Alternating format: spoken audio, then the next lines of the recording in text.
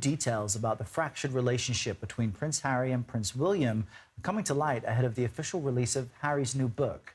Spare was scheduled to be released next week, but copies have already been handed out, apparently accidentally, in Spain. One of the incidents described in the book is an alleged fight between Harry and William over Harry's relationship with Meghan Markle. Harry claims William grabbed his collar and knocked him to the floor.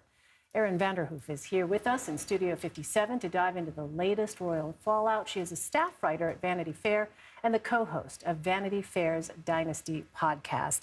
Erin, welcome. It's good to have you back. So describe some of the other major details in Spare about Harry's relationship with William, because, you know, this story, as we were talking about off camera a moment ago, is just very sad on many, many levels.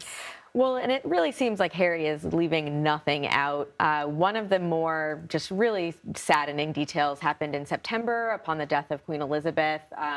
You know, the family had all been informed that her health had taken a turn for the worse, and William, you know, asked a plane to leave ahead of schedule without Harry, so he had to charter his own flight and wound up not getting there until the end and only found out about her death from the BBC's website.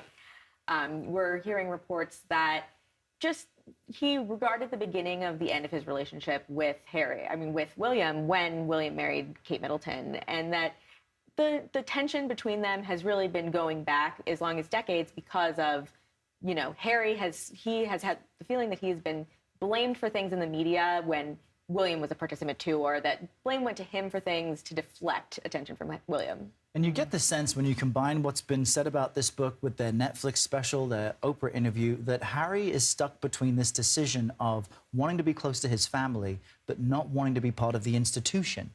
And it's, I would imagine, it seems to be impossible when they're both one and the same. What are your thoughts on that, and what is said about current King Charles?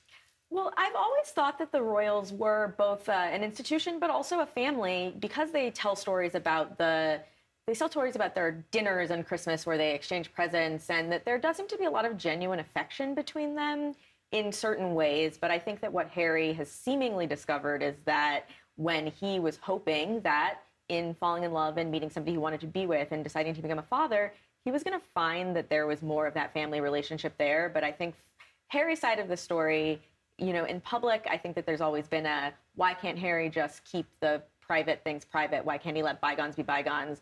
But with this book, he's making it really clear that these tensions were just way too high for him to leave behind, and that they kept on attacking him in the press afterwards. I think that's his perspective, is that he's given them opportunities and he feels like they have not held up their side of the agreement, even if it's an amicable separation. Yeah, it may be a bombshell of a book. It may be interesting to all of us, but I'm with you, Elaine. All of it just kind of makes me feel sad about, you know, a family division that's so public. Yeah.